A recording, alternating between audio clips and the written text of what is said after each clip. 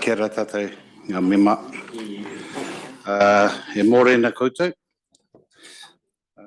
Just like to welcome you to Te Maru o Kaituna River Authority Forum meeting and just remind you that this meeting has been recorded and that recording is available with the Bay of Plenty Regional Council website.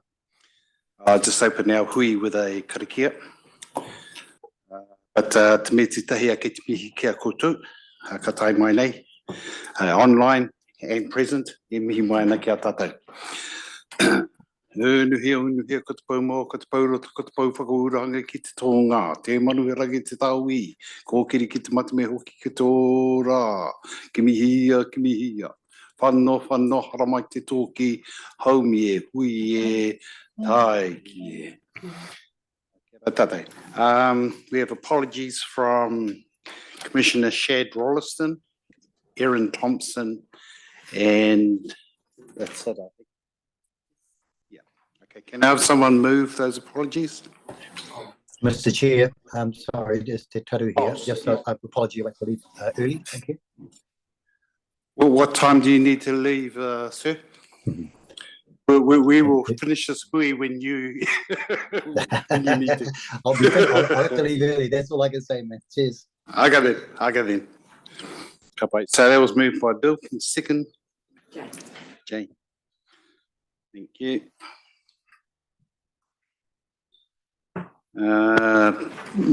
Public forum. There's no public forum today.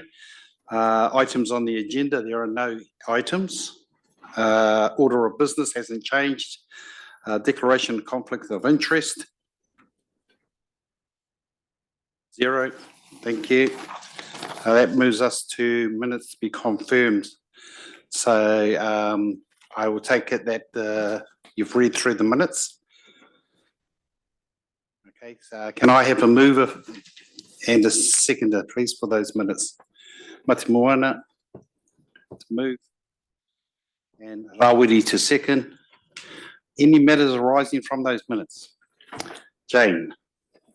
It's just a question about the Bay of Plenty Navigation Safety Bylaws consultation, which closes on the 29th of February. That it was mentioned in the minutes that the bylaws, draft bylaws, when signed off on the 14th, would be circulated to Te Maru members so that they could read the different options for the Kaituna River and possibly make a submission. So I'm just checking to ensure that Te Maru has the opportunity to submit if they want.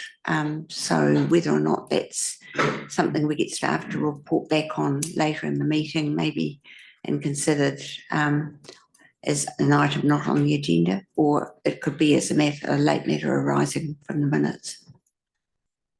Thank you, Jane. So submissions close when, or due by when? 29th of February. 29th of February. They open? No.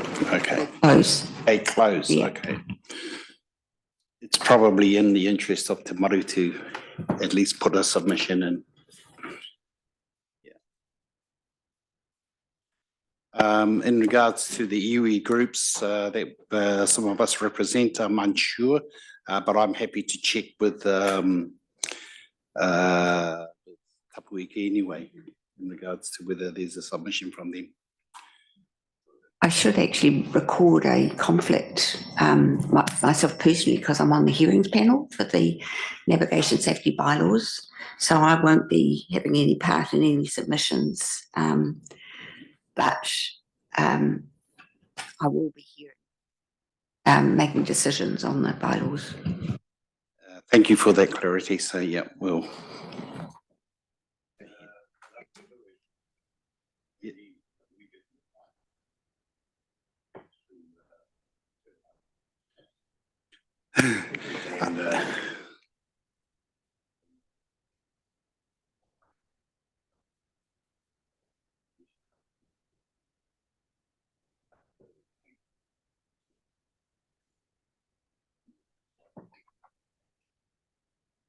Yeah, I think Maru, if the Maru o Kaituna puts a submission in, then that will help cover Ngāti Whakaui would be part of that too, and then it kind of keeps the door ajar until.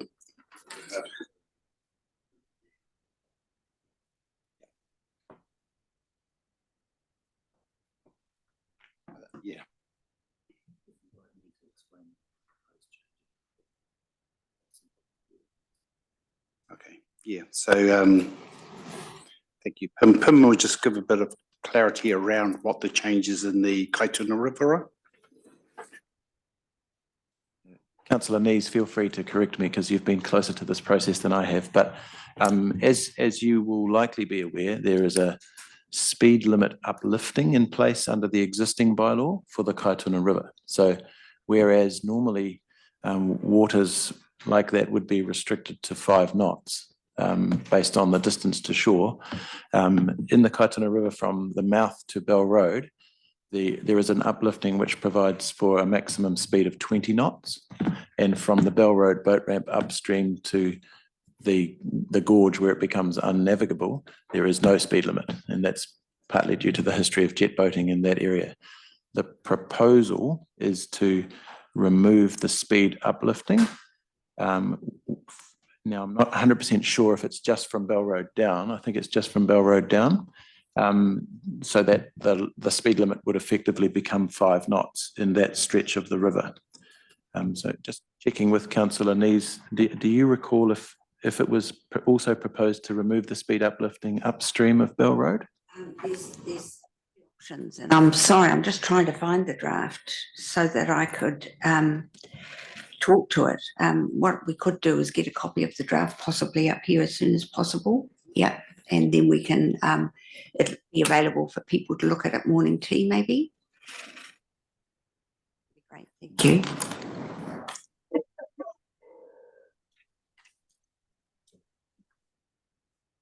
Okay, thank you. There's no other matters. We'll move to the next agenda item. Well, Mr. Chair, if I can. Oh, yes, Jeff. Morena koutou e taku whanaunga he rau ngā manuhiri he kai mai. Mr. Chair, ngā mihi kia koe. Look, I just want to just touch on, I absolutely agree with number 5, the speed limit. Just for your benefit, Jane, I think it should apply to the whole of the Kaituna at all times. We have a lot of our tamariki swimming in the Kaituna. Even as I speak, they'll be down that river now, getting wet, particularly if it's warm. And we've had some warm weather, so it's a danger. And we've got some idiots using those machines these days, and it definitely needs a level of control. So I hope people are listening. Okay, thank you. Thank you, Jeff. Oh, good. Oh, okay, we can share that. We now have that online. So we must, while we're talking, we might as well have a look at this. Good point, Jeff. So, kia ora, Jeff. The options that Councillor Nees referred to, there are 4 options. Option 1 is the status quo. Option 2 is introduce designated swimming area where watercraft must not exceed 5 knots. So that's a relatively small proportion of the catchment. Option 3 is to remove the speed uplifting from the entire river. And option 4 would be to remove the speed uplifting below the confluence with the Mangorewa Paraiti River. If you want me to go through those again, so option 1, leave it the way it is. Option 2, make it 5 knots in the area most popular for swimming around the Pakipaki and the Waiari confluence. Option 3, make the whole river 5 knots. Option 4, make it 5 knots below the Mangorewa Paraiti confluence.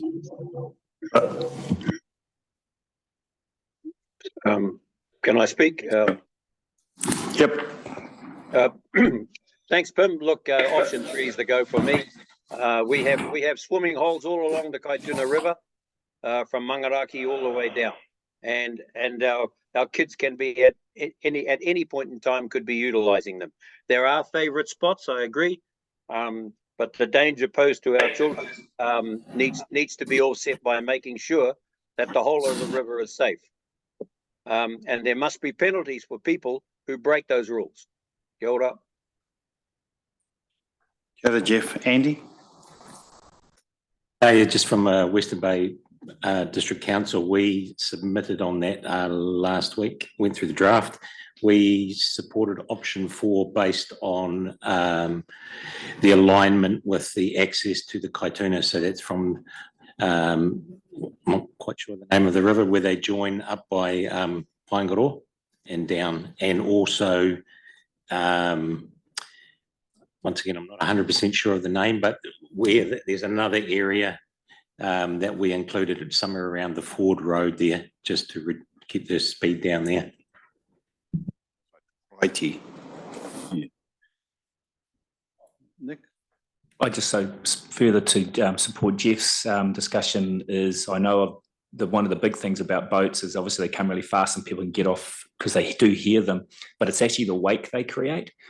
And not only does it smash the banks, but I've definitely been out kayaking down a float section and had students knocked out by the wake of the boat coming through. So it's often yes, you have time to hear and you can get to the side, but the jet boats don't have time to stop. And so it's, for me, it's a lot about the wake that is the safety as well.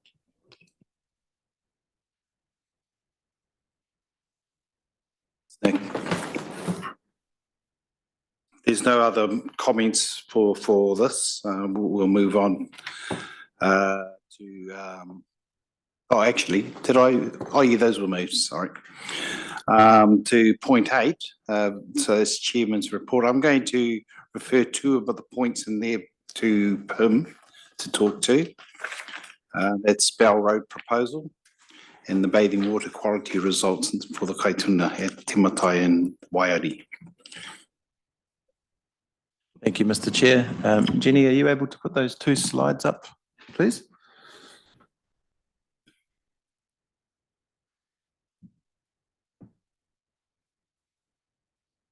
So these slides will show you an area of land near Bell Road on the southern side of the Tauranga Eastern Link motorway, which a developer has proposed for development. It's outside the area that was identified for development by Smart Growth, but there is a process going on with Smart Growth to try and see whether or not it might be feasible and desirable to develop it. So I'm just waiting for the slide to go up on the screen to show you where that whenua is. Smart Growth hearings panel. So I might just declare that interest and not taking part in discussion of that matter has come up through this. Kia ora, Bill, Commissioner Wosley. So this is the area being discussed. So if you can see down the bottom right of the screen there, the Kaituna River, where it goes underneath the motorway bridge. The land just to the west and south of the motorway, opposite the Wairake development in Tauranga City on the northern side of the motorway, is the area being proposed. So it's currently low-lying dairy farming land. And yeah, there's a bit of a limit to what I can say here, but I felt as though because it's inside the rohe of Te Maru o Kaituna River Authority, that you should be aware that these discussions are being had, and then consider whether or how you might like to try and engage with the process of evaluating the suitability of this land for development.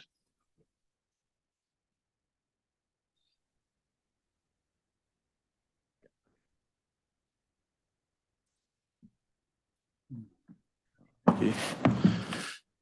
So this slide just shows you the Smart Growth strategy next steps, so that the timing, I suppose, of those steps in the process, and Commissioner Wosley may like to just confirm that we've got those correct. But I think Those dates are correct. Thank you. Yeah, so it's really just a heads up for the members that that there is some kōrero going on about this, and yeah, if you'd like to consider whether or how you'd like to engage in that process, I suppose that's a matter for the members. Over to you, Chair.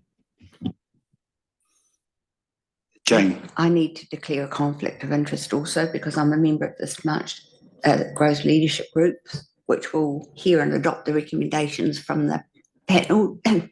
It's heard the deliberations, so I also have to declare an interest. Mr. Chair, Te tau. can I speak? Yeah, look, I'm a bit behind the 8 ball on this one, Mr. Chair, but what is the tone of the development? What is the actual proposed development that's been planned here? I'm sorry, I probably should have read some more background, but I'm just a bit behind the 8 ball on this one.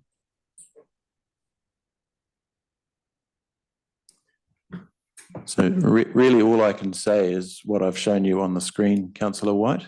I think, you know, my advice would be that if Te Maru would like to learn more about the process and get involved, that they potentially engage with Smart Growth or the Smart Growth partners and see whether there's an opportunity for that.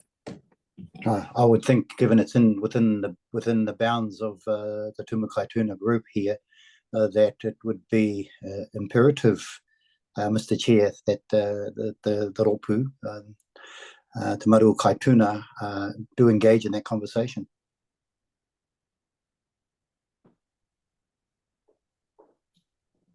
Ati Moana.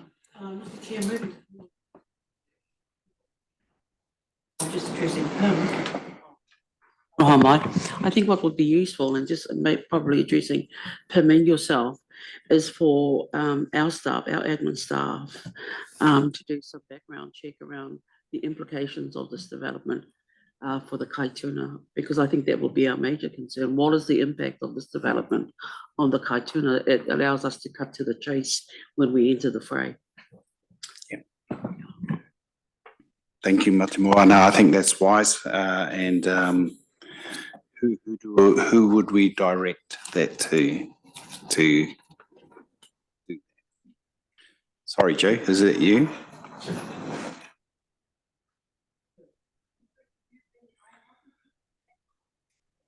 Oh, okay. Sorry, Mr. Chair, can they use the mics? You can't hear.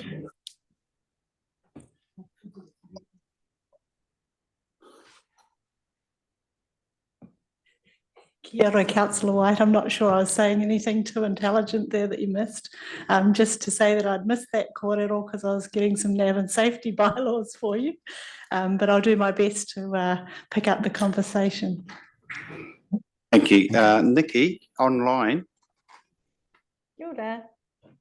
Kia ora. Good everybody. In the past, we've had the opportunity to consider impacts of activities on the Kaituna and particularly against the strategy and the action plan. We've engaged a planner or somebody independent to come in and do that work for us on behalf of the authority. So I'm more than happy for regional council staff to provide that, but where there might be a gap in capacity, then that has been a practice we've had in the past where we've got someone to come and do that on our behalf. I think it's imperative, as per Mate Moana's comments, that someone look at this development proposal against the strategy and the goals and outcomes that this authority are trying to achieve and the implications of that, and whether or not this group then makes a call on how we make the voice of the river heard in this case. If I can, Mr. Chair.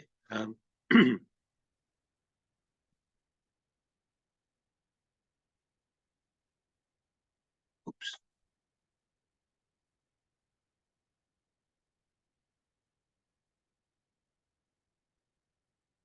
Can I speak, Dean?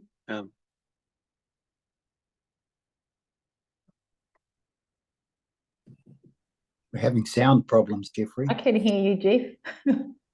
Okay. I don't think they can. I can hear you as well. Is that you, Lani? Aye. The chambers is on mute to us, so we can't hear them, that's for sure. Okay. John, can you hear us? Scruinger? Yes, I can. I can hear you, but likewise, I can't hear what's going on in the chambers. Yeah. Okay. I just wanted to say that, you know, I would expect the developers to come in the first instance to create a level of consultation before we start spending any money. You know, let's put the asset on them, whoever they are. But this, yeah.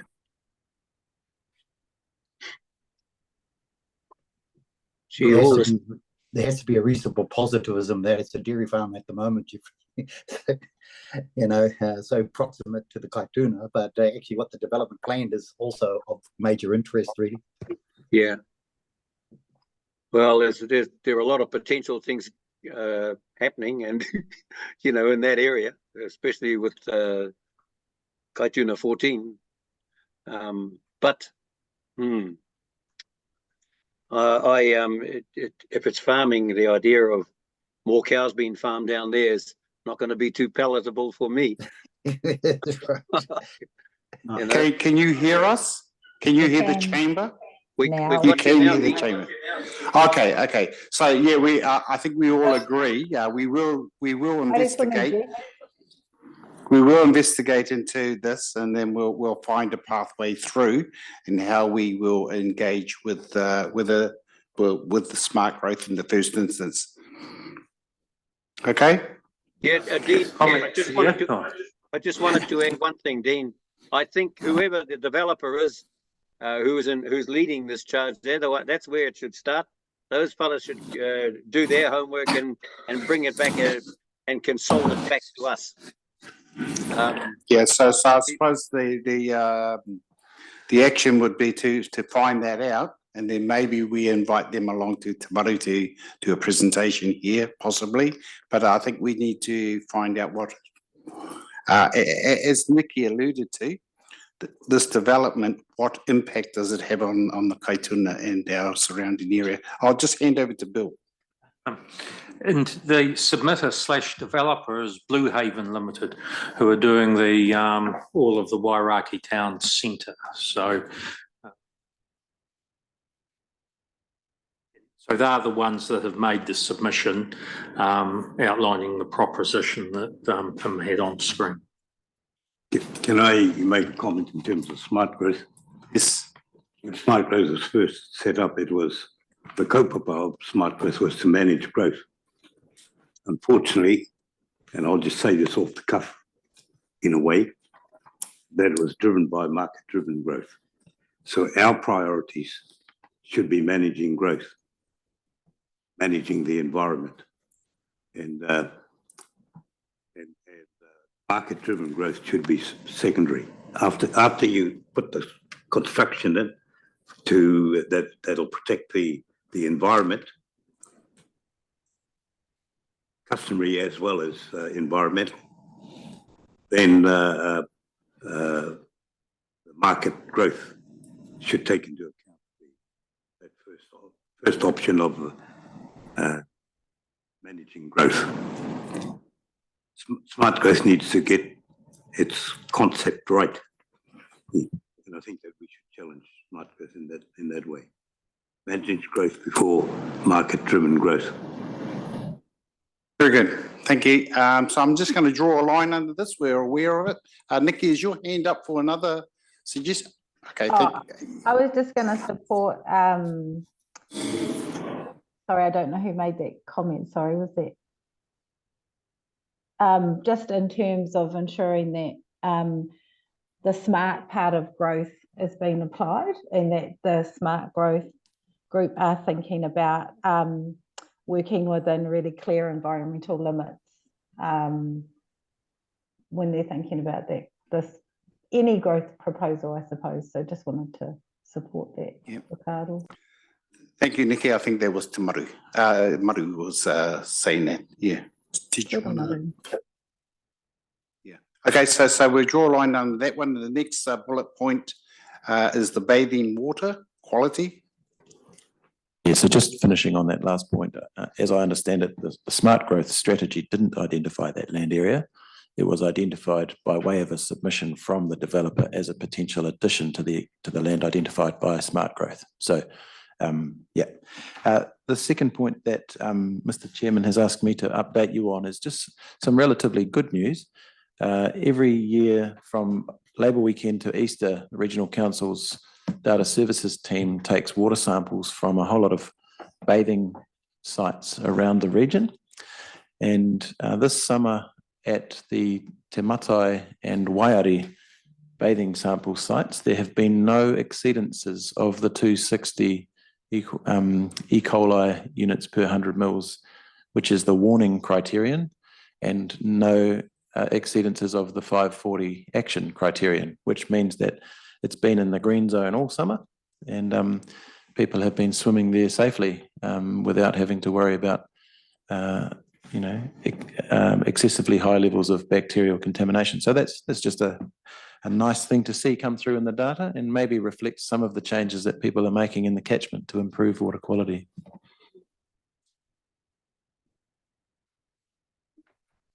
Thank you, Pim. That is good news. Just the other point in there, there was we a couple of weeks back had a talk with MFE and the chairs of Timok, Rangitaiki River and the Te Arawa Awa Restoration Group, and that was in regards to the new coalition government and their 100-year plan. Oh, it's 100-year plan, 100-day plan.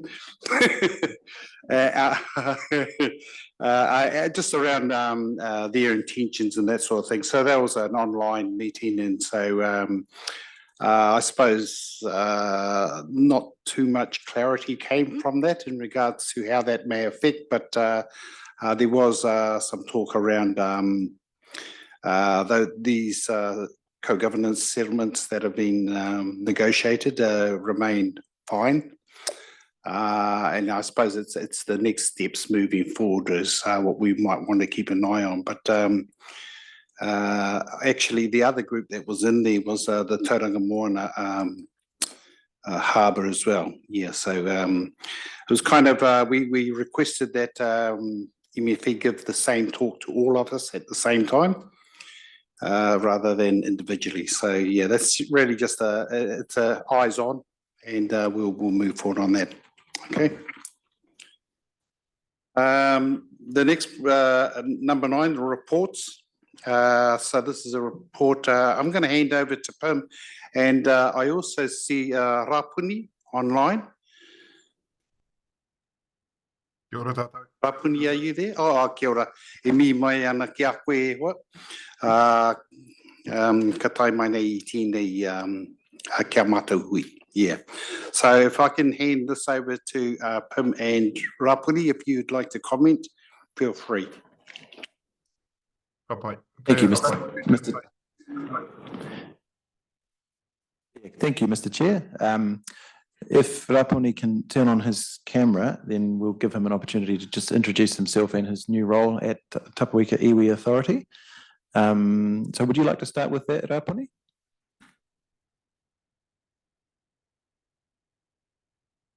Unmute yourself. Yep, kia ora rā. Technological difficulties. Kia ora tātou. Ko Rapuni te rangi ka tuku ahau. I am the Taiao Operations Manager at the Tapawika Iwi Authority. I've been in role for 3 months now. I apologise for not being there in person today. As many of our Taiao reps across the space are multitasking, so I'm multitasking today. But anyway, ka Taiao, marunga I tēnei taumata. So, kia ora tātou. Thanks, Rapuni. And so I guess the key part of this report, which is on page 14 of your agenda paper, is that we did have a contract with Jane Walden to provide secretariat services to Te Maru. However, we explored some new ways of working last year, and what we've done is we've ended up negotiating a contract with Tapawika Iwi Authority to provide support and project delivery for the unfunded or the underfunded kaupapa within Te Tiniatuna, the action plan, rather than a more generic secretariat services approach. So that we've been pretty transparent about this in the paper. We've set out what the contract deliverables are and what the value of the contract is. And I'm quite excited. Rapuni and or representatives from Tapawika have said that they can provide updates to Te Maru at each meeting as Jane used to. And because it's now directly linked to implementing your action plan, hopefully you'll see the value of the contract over the next year and a half at least, which is the term of the regional council funding for this matter.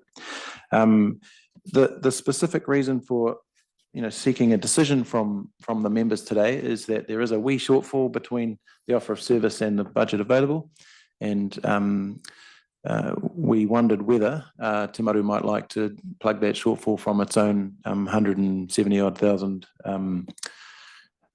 bank account. So that's the resolution number 2, approves the allocation of $10,000 from its own funds to add to the regional council's contribution to enable the full offer of service to be accepted. If it isn't, then we'll presumably renegotiate and just take some of the deliverables out of the contract. Any questions? Just from me. When it was brought to me, I mean, there were basically 2 options. The last one that Pim mentioned was we could downsize the outcome. I felt like we shouldn't downsize and we should go for it. And with the money available from Te Maru o Kaituna, we could then lift the price or of the contracts anyway. Those were the options, and I thought better to stay on track rather than minimise. So that's just a kōrero from me. But Nikki, do you have your hand up? Kia ora, Nikki. Everybody, yeah, I just want to offer my support for this proposal. I think that some of the funding that came to some of these projects came from external sources. And it's great to see that Tapawika have put their hand up to support the implementation of these. So I think it's a great idea. I also just want to acknowledge that Tapawika's Taiao team has grown in not just size, but also capability and capacity. And it's just exciting to see the team doing great work. And it's great to see you here. So yeah, I totally support Te Maru o Kaituna offering its resource to progress these projects that we already endorsed should happen. Kia ora. Kia ora, Nikki. Anyone else? Te Maru. I think the strategy is a good strategy. It's because it's a walk to talk strategy. And because of that, it should be resourced properly and probably added to, other issues added to. But in terms of the funding of the project, I'd like to see if we can identify who are the affected parties and the parties of interest. Whether there's other councils that be included as an interested party, then they should come with their interest, with their checkbook, and so therefore that it shouldn't be just concentrated on the regional council. It should be other councils as well as even national policy. Yeah, government has an interest in the environment, global warming, and all that. It should be added to the mix. Pim? Yeah, thank you, Maru. I think, when we look through Te Tini Atuna at the 18 projects, the local councils and the regional council have all funded different kaupapa within that. And so the purpose for this particular contract was to put some pūtea towards the unfunded or the underfunded projects. And that's why we've identified these ones for this contract. Rapuni. Kia ora tātou, kia ora, Mr. Chair. I'd like an opportunity to speak to the third objective in the table, the Project 13. Although this is something that I think is quite valuable, and in order for Tapawika to implement the first two projects, the Pātaka Kai and the River Symposium. But I think even broader, the other projects under the implementation plan, I really feel there's quite a gap in the ability for myself to interface with particularly our tangata whenua members, and I think that's quite important. Was that there's an equity imbalance there in our tangata whenua members by way of resourcing, by a lot of things, and so that last objective is to try and give some value to that and pull together our tangata whenua members, create a forum for us to have that audience. That is something that's different from the co-governance group. But that one in itself, I think, is something I really want to emphasize on, and will really create more effective tangata whenua participation in Te Maru, because I don't feel like there's an easy way for me to liaise on a regular basis and give that on the awa perspective to our tangata whenua forum members, but not only that, to the governance group at large. I think we all seek to benefit from that last one. So if there was any other contributions from other councils, it would go to that last objective. That is not specifically mentioned in the implementation plan, but like I said, would have huge value to the co-governance group. Kia ora and kia ora. Kia ora, Rapuni.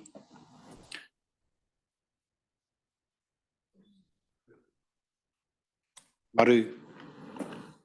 I see this project actually leading step by step into bigger issues and understanding the environment. And I think eventually the Department of Conservation should be involved. The Ministry of Fisheries should be involved, because of breeding stock and all those sort of issues. And they should all come along with their checkbooks. It's purely and simple as that. I just want to encourage tangata whenua members of Te Maru to talk to their iwi and who they represent, and whether that's through the environmental teams or key people within each organisation. So we can have a hui, as Rapuni has alluded to. It's wanting to communicate and talk to the right people at that level, and then I suppose move forward with some of the actions as per the contract scope that you're looking at now. Te Taruwai? Yeah, kia ora, Mr. Chair. I just wanted to acknowledge and support what has been said about the work that Tapuika are doing and elevating their response to taiao issues, and to Rapuni in terms of providing, you know, that expertise to Tapuika. I know you have a very strong doc background as well, so you do have a very good knowledge of the system. And you know, I just want to endorse and support whatever support can be given to Tapuika to continue the great work they're doing. And for $10,000, you know, far be it should be the tangata whenua around the table that are making this comment, but you know, I think it'll be money well spent. And you know, in the journey they're taking, and they're already showing some really good progress. Kia ora. Okay, any other comments for this take? Okay, so I'm going to. Oh, Jeff, is your hand up or down? Oh, I was going to let you off the hook, but I'll just quickly say, like Taru, I support as well, big time, big time, and you know, and it should take into account things like pest eradication as well, and I have seen a bit of that. I just thought that maybe it was a bit of a misprint with the upfront funding, you know, because I thought it was a couple of noughts short, but never mind, it's a start, and as Maru has said, it's a good place to build from. And I'm really pleased Tapuika are in there, you know, doing the mahi. That's fabulous. Good for our youth and our rangatahi. Kia ora.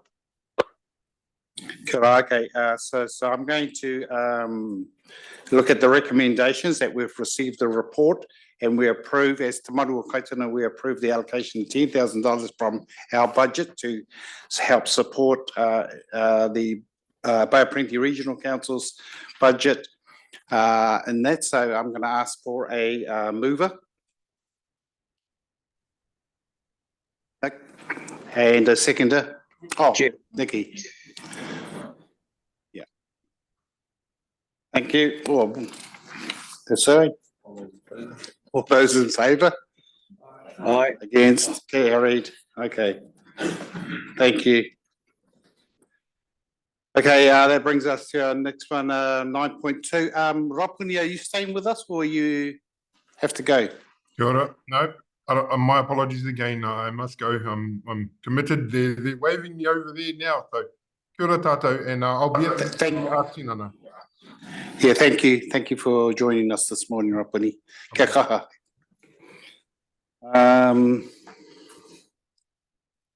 So 9.2 is the Te Maru o Kaituna biannual report.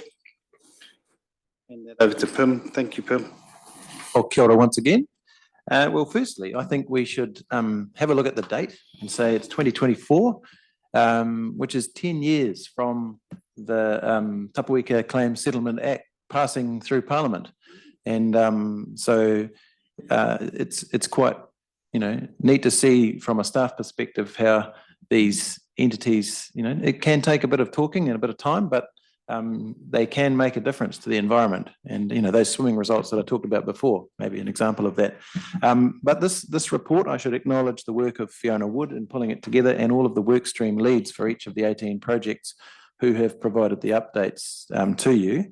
You'll recall at the last meeting, you said that you were happy for these to come twice a year rather than to every meeting, which has saved quite a bit of sort of staff reporting at that end. So thank you for that. I was going to take it as read, Mr. Chair, unless there are specific questions from members about particular projects. Jenny will be relieved. Otherwise, I tend to go on for a bit too long when I talk through the whole report. So, kia ora. Comments open? Jane? Yes, thank you. On page, I think it's page 24, project 2, there was reference to council making a decision on our freshwater plan change because of the signals coming out of central government about their changes to the national policy statement of freshwater. So council last week made a decision to set that date that we proposed to release a draft or notify a plan change as September 2025. So council had made a decision earlier on to notify it by December 24, which was the deadline that the previous Labor government had set. We believe that September 25 will give us a pretty good idea of where the new government legislation is going to land, but we still want to press on so that we can get the benefits for the environment. So that's the target the Regional Council has set to set September 2025. Thank you. Any other comments? I was just wondering, Maru? what's the legal position if there's been a projected plan by the 24th? How can that be altered? The government has already altered that, Te Maru. It's been advised that now councils have got to 2027. We got letters from the minister to say that they are going to be, they've already repealed the the Built Environment Act, and they'll be revising the RMA, and they are going to be making major changes to the MPS FM. So to give them the opportunity to do that and to give councils the opportunity to actually integrate that new policy which is coming through in their plans, they've extended the deadline from December 24 to, I think it's December 27, 2027. So that's already government policy. Is there any opposition to it? Is it appealable? I'm saying. So are you able to? Yes, I'll give you a little overview, a verbal update of that decision that Councillor Nees has just talked about in item 8.2, so I can clarify the law and the decision that's been made. That's a drop dead date that the government's moved to allow the freshwater to be implemented by December 2027, our council decision was to move faster than that for the sake of the environment and a few other reasons that they had on the table, which I'll explain shortly. Nikki, online? Thank you. Could I have to leave at 10:30, but I am interested. I just want to first say to Regional Council, thank you for not waiting till 2027, and I really appreciate the 2025 date and not waiting the extra 2 years.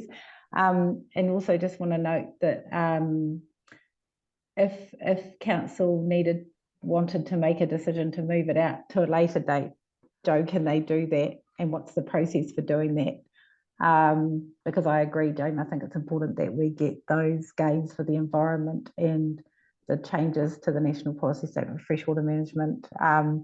This government has already signalled they want to change the hierarchy of Te Manawa Te Wai, and so I do have serious concerns about what that means for policy planning and consenting under this regime and what it will mean for our awa. So yeah, if I could just have if we could just get an update on the advice for that, Joe, about what if the council wanted to make another date change, what that means and what the process for that would be. Kia ora. It would be a decision by council, and I would think the only reason why we would do that is if the changes being made are so significant that we could not continue with that portion of the plan. I think there's real concern within the regional council that our old plan has got deficiencies in it, and there are things that need to be fixed regardless of whatever the government does about Te Manawa Te Wai. So I think there's a sense that we want to keep on going, and if there's parts of what the government wants to do that is so different, we might just leave that bit out, but we try to continue to plug the gaps and to provide the right policy to enable us to do our job and rules to do our job to protect the environment. And a good example of why we really want to push ahead is that our science has shown that there's actually more water available in parts of the region, which means that I think it's in this particular rohi where there might be more water that's going to be available sustainably. So that is new science that needs to be taken into consideration when we're making decisions on rules and policies. So there's a whole lot of stuff I think that we're keen to progress regardless and can progress regardless of what the government may do or say about Te Manawa Te Wai. Thank you for that. Are there any other projects for comment? Okay. Right. So I have a mover to accept this report. Nick, second it. Nikki, did you second?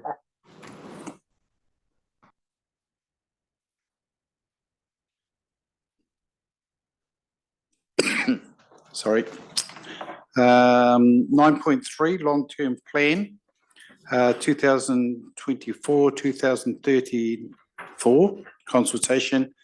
We have Medahina Waiari with us today, and online there possibly is Herewini Simpson.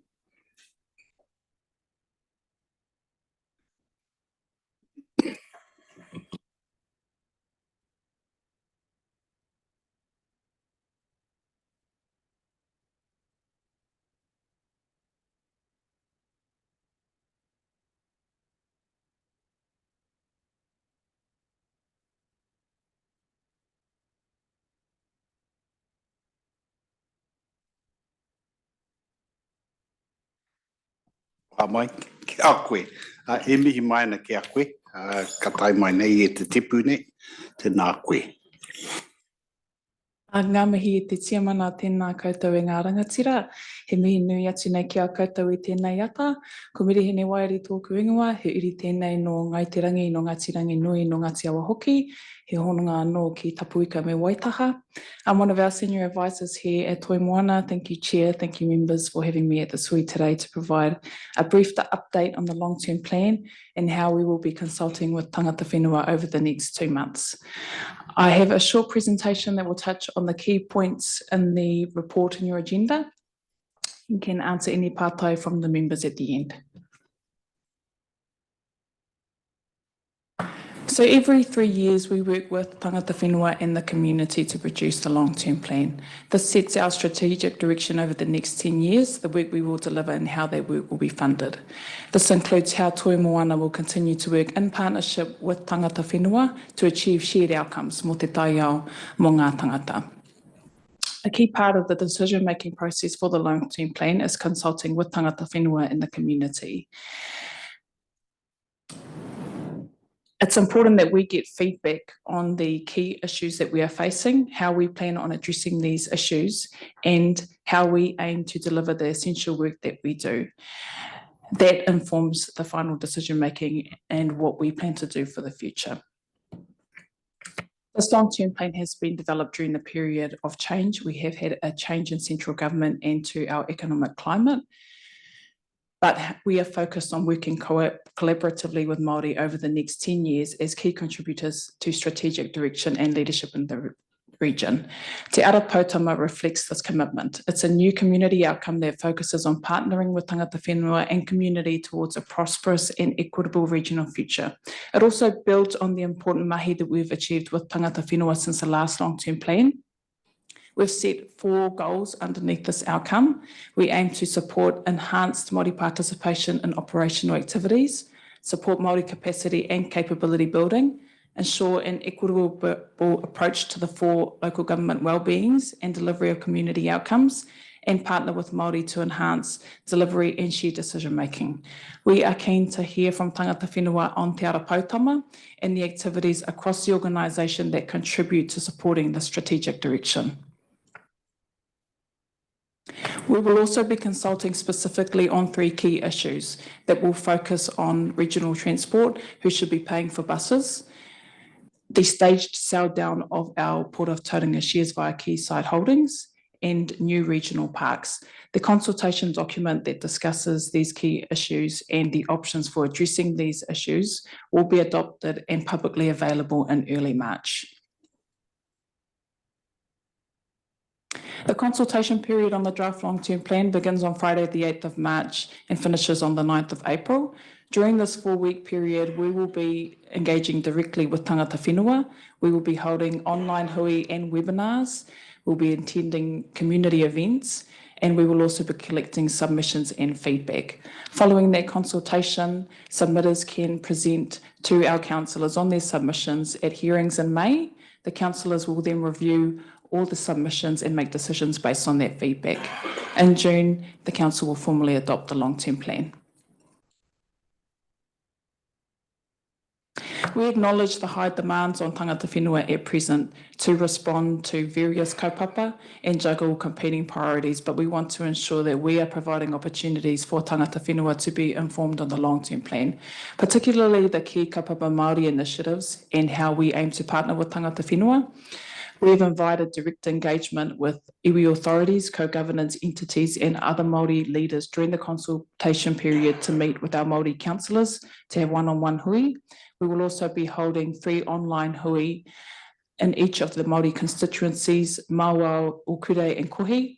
These will be facilitated by our Māori councillors and other senior staff. And there will be an opportunity for a question and answer session at the end. More details on these online hui will be available on our Participate webpage and will be sent out to our contacts over the next 2 weeks. Where to from here? If your authority would like to discuss the long-term plan in further detail, we're happy to meet separately during the consultation period. We also encourage any members to provide feedback, which will help inform the final decision-making. As mentioned previously, we are holding hearings in May. The venues and the dates are still to be confirmed, and we'll be adopting the long-term plan in June 2024. That's just a brief update for our members today on where we are currently at in developing the long-term plan and what our goals are in terms of working in partnership with tangata whenua. Are there any questions from the members in regard to the consultation process or on the long-term plan itself?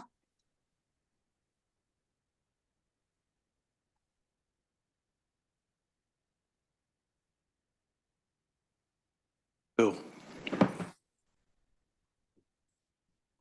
No, thanks for the presentation. I was just interested in terms of the regional parks and the questions around that. Is that more focused on a policy position, or does the council have specific locations in mind and for types of regional parks that are wanting to get feedback on?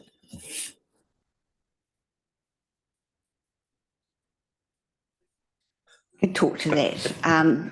There were two options that was discussed by council. One is in Rotorua, and a farm in Rotorua potentially could be developed as a regional park, and the other one is a property in the west of the Western Bay. And we have been having discussions with Western Bay District Council and with the landowner who's offering to donate the land or to contribute the land to the regional council.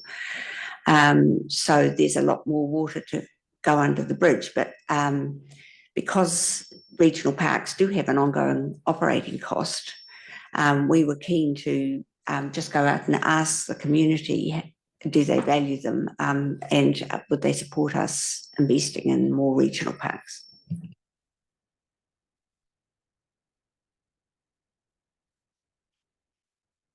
Nikki. Hang on, Nikki. Kia ora, thank you for the presentation. Just in terms of Te Maru or Kaituna and having, I guess, some input into what of the projects, notwithstanding the support already invested, but what other projects on our to-do list would we seek additional support from council through the long-term plan? And I note that Apani's looking to have a meeting with at least the hapu and iwi of the authority, and whether or not we time that so we can have the discussion around what the authority might like to see in the long-term plan regarding the plans for the Kaituna. Yeah, so that was just my thought on how we might coordinate our input. Very good, thank you. Maru. I think this is an important phase with integrating the regional park with the Kaituna River, the Waiari, and the port of Tauranga. What I'm talking about is it plays a key role in the economic development of the region, because the water is taken from the Waiari. It supplies Tauranga District Council. That is linked to the Kaituna River and to the mountains to the sea. In the customary way, the wind maker was Tawhiri Mātea, who makes the wind, warm wind blows against cold wind, heat causes combustion, and down it rains on top of the mountain. From that mountain comes a whole lot of blood veins, all the creeks, streams, and aquifilters that sits on the mountains. And I'm talking about Papamore Hills. That comes down, and those main veins run into a main artery called the Waiari. And the Waiari supplies the economic benefit to the Tauranga City Council by taking 60,000 cubic litres of water out of there to supply to the township. So there's a linkage that needs to be protected. So if you protect the mountains and its aquifilter with clean water, riparians and all that sort of thing, then it plays an important function in supplying the blood veins that provides the economic to Tauranga City. Tauranga City is the gateway to Roe. That's where the port is, where all the logs and all the kiwi fruit and all that goes to there. So this contribution will, if you link it together, is highly important to the well-being of the sub-region as well as the region. Thank you, Maru. That's Moana. Kia ora, Mr. Chair. I guess I just want to make, to implore really to the iwi reps that sit around Te Maru o Kaituna, is to come together to meet our team, the respective Māori councillors and Merehene team, and at the same time to actually invite us into your own separate hapu iwi groups and allow the two-way conversations between yourselves and council, which I hope will then allow you to submit on the long-term plan, but to take up the opportunity that Merehene has talked about today. We're currently in the throes of making appointments. We have had hapu iwi already reach out and we have a list of appointments, but I think specifically for the iwi members that sit along Timok, that we do make a hui for that. And maybe given the conversation that Rapuni raised about looking at the capacity and capability, because I saw his initiative too as a leeway to look at the capability issues of the respective hapu iwi. So in saying that, I would also implore the respective iwi around here to touch base with Merehene and to allow the team to come and have firstly the collective conversation with the iwi reps, and then maybe separately, if that's what you also want to do, to talk about your specific issues and your specific hapu iwi rohe. Kia ora. Kia ora.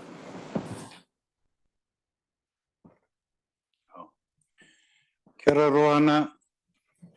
Kia ora koutou. Thanks for that prompt, Mati Moana, and thank you to the team for putting together a reasonably robust consultation process, given the confines that you yourself have to work within. So yes, we'll organise a specific engagement with Ngāti Whakauiki Maketu, maybe online, but we're all managing our online hui, our zui quite well these days. But yeah, kia ora koutou, we'll get something rolling. Thank you for the confirmation, Roana.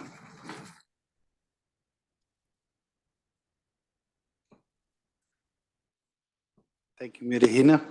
O te kōrero nei. Thank you, members, for your time. Kia ora. We'll be in touch.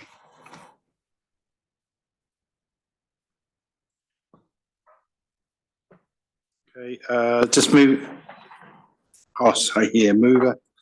Can I have a move for the report? Thank you, Bill. Seconder. I'll second. Oh, much more now. Those in favour? Against? Carried.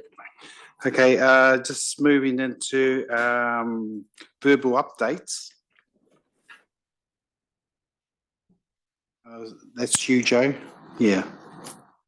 We'll start with you, Joe. Kia ora koutou, ko Joe Watts tōku ingoa. We've had a bit of kōrero today about the freshwater and decisions that were made this Tuesday by Toi Moana. And so the update I was just going to provide was outlined in item 8.2 on your agenda. I'm just going to provide a very quick overview of the RM freshwater reform context that's been mentioned throughout the kōrero this morning, and then what that means for the Toi Moana decision that was made and the next steps. So you'll remember that at the TEMOC's last hui, which was in November, there was a paper there, the Freshwater Policy Programme Update, covered the feedback that we'd had from the April to September period of time. And it also, in the next steps, it included a line there saying planning for release of the draft RPS and regional plan freshwater changes. And that was on the cards in November for making a decision in December to release that about now, early this year. And that was going to be released to iwi organisations, tangata whenua, targeted stakeholders. So since then, a lot has changed and continues to change. As mentioned, Chair Flavel said there'd been a hui with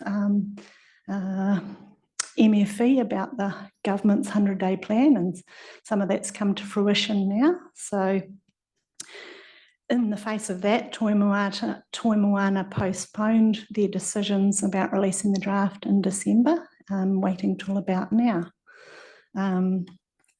So the RM and freshwater reforms are well underway. We've had the Natural and Built Environments and Spatial Planning Acts have been repealed back in December.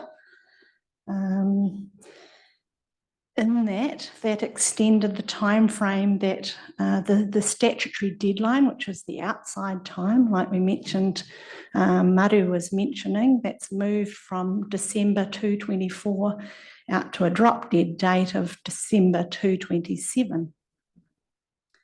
Alongside that, the government are progressing fast tracking consenting bill, which the indications are that will be moving around the 7th of March. So another thing that's moving in there's also a separate RM amendment bill that Nikki mentioned about progressing changes to how the hierarchy on Te Manawa o Te Wai works. So the minister has signalled that that's on the cards and expected as a separate amendment act by the end of the year. Also alongside reviewing and replacing the National Policy Statement for Freshwater in a little bit longer time frame. So that's in the 18 to 24 month kind of time frame. Yes, in case we didn't have enough on, there's also the third phase, which is trying to find out what would replace the Resource Management Act. So that's got a longer time frame of 2026.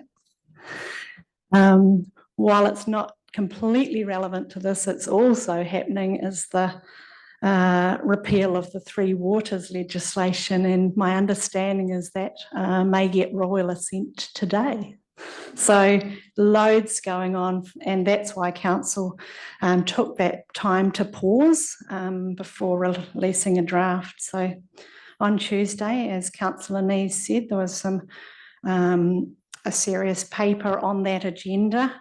There was also some really good presentations from our friend Julian Fitter about the Indigenous bio for the region, which I commend people to have a look at. And Aya Plenty Fed Farmers came along and provided a presentation because they knew the freshwater decisions were on the agenda, and also the Environmental Defence Society. So those are really good to have a look at. They're up on it. The whole meeting, including the presentations, are on the Council's YouTube series. So go and have a look there.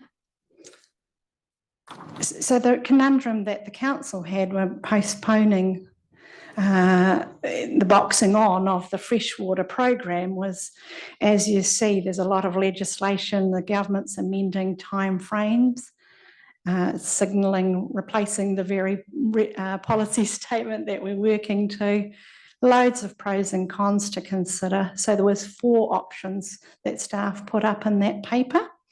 One was to box on, one was to move the timeframe out to September 2025, or even further, December 2026, or even further to the deadline. So some of the main considerations, the biggest considerations were the reasons where we have an expiry of 600 water take consents. That's a really big deal. So these are the water take consents that were in place before the Resource Management Act. So they didn't have timeframes. They were in place before 1991.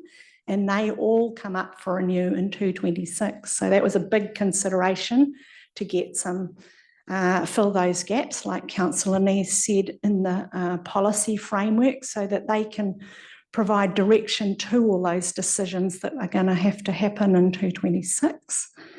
And addressing the water quality issues quicker, exactly like Councillor Nees was saying, there's more science, with more understanding. We've been working on this for a long time. make best use of the investment to date. So keep that momentum going, keep on improving the regulatory framework that we have, delivering a more streamlined plan. And the momentum is not just for internal staff that have been working on this for a long, long time, not just the last couple of years, but externally. We've built a lot of momentum with the engagement. Iwi and Hapu are working very hard on the projects. Some are funded by regional council, some by MFE, some even by the COVID funding still. So for all of those reasons, the decision was made to go with option 2, which was to extend it a bit, but keep going, keep our foot on the pedal. Notification in September 2025. Bearing in mind, though, that the council want to make sure that they can adapt and be flexible if things come to mind, which if they come to fruition and the government provides that direction, we will have to be agile and bite off the bits that we think we can do for the environment, for the strengthening the plan, and to put in place that policy framework for those consents coming up. Thank you, Jay. Any questions? Maru? How many applicants have applied for water takes at this moment up to this point? I haven't got the one, I don't have a number for ones that are in play right now. We could certainly get our consents team to share that, but that big blob of consents are all going to expire. So that will be water takes throughout the region. And as Councillor Nees had mentioned, some of the science work that we've been doing, so the regional plan at the moment has a very default kind of a way of doing water allocation. And our science team have been working very hard on the water availability, on the groundwater and surface water, and in places, including the Kaituna, it looks like there'll be more sustainable amounts of water that can be made available rather than a default kind of a setting. So that should be seen as a good thing, a good thing for growth, but also a good thing of knowing and understanding more because of the work that we've been doing. So, or it becomes an act of decree, shouldn't those applicants have a right to appeal? And if you had so many applicants, it'll take a hell of a long time to go through the appeal process, which will delay it probably right into the next election. So the way that plan changes work, so at the moment we're working on a draft, which is just the ideas phase, and then we would seek feedback, especially from iwi authorities, because we have an obligation under the Act to do that.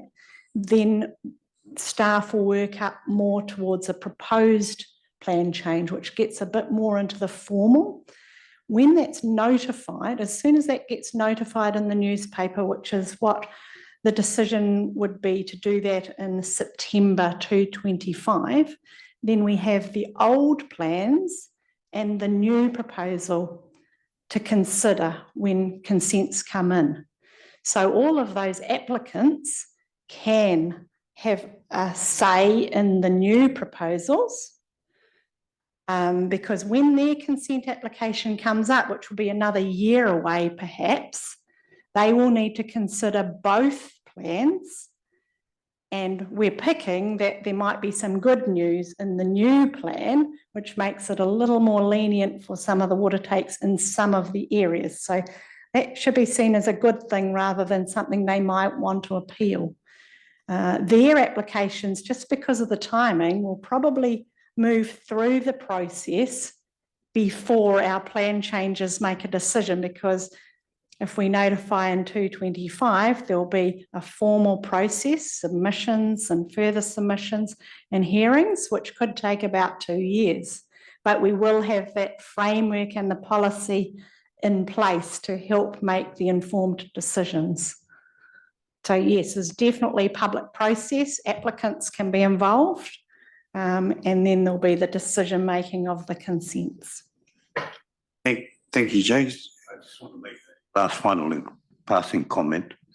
I think politically, Winston Peters is good because he runs with the hares and hunt with the hounds, and his sidekick is either a spin doctor or a solicitor, or it's both the same thing anyway. That's Shane Jones. So politically, we may have to work on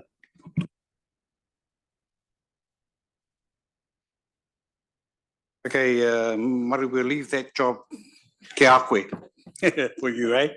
Hey, just for the figures that Maru was requesting, in our report, our project 3, consented takes and discharges. It's on page 27 of your reports. It'll show there the groundwater take, the surface water takes, and the geothermal water take. So it's in our report, so those figures are there. So we have an idea of what that is. So, okay, thank you. Can I have a mover for, sorry? Don't have to. No report. Okay. Oh yeah, true. Okay, so just another verbal update. So copies of the Navigational Safety Bylaws Review Consultation document is sitting at the back there. The submission forms are available, and so take them away with you if you need to. I'd like you to. And for those online, you can go to Regional Council's website and you can get those forms available there. Okay. Okay, just before we think, I just want to reopen my chair's report with one more take, and I'm going to hand this over to Pim again. It's been popular in our meeting today. Just for some clarification on what I suppose we're going to put to Maru. Kia ora. Thank you, Mr. Chairman, and apologies that I'm back in front of you. So just a wee observation from a staff perspective that councillors' timeframe for the NPS plan change is 1 month before the next local body elections. So no pressure. The item that the chairman has asked me to talk about is just to mention that there has been an offer from NZTA, Waka Kotahi, to council to consider a piece of land at Te Kopua, adjacent to the Bell Road boat ramp. And I note that it is a significant cultural area for at least Tapuika and Waitaha, possibly others, I'm not sure. But that's probably all I can say at this stage, but it was acquired for the Tauranga Eastern Link development under the Public Works Act. It's been declared surplus land by the agency. And so there is a small possibility that the regional council might be interested. Now it's kind of it's not really our core business to go around buying bits of land that Waka Kotahi NZTA doesn't want, and so I'm mentioning it here just in case there's any interest from any other parties around the room. So if there is interest, feel free to either mention it now or come and have a conversation at some point soon. Thank you, Pim. I saw Jeff's hand rise within seconds. Jeff? Yeah, well, of course there'll be interest, Pim. It was all our land in the first place. So I guess it's a first right of refusal. Is it that kind of thing, or is it just simply available to all and sundry?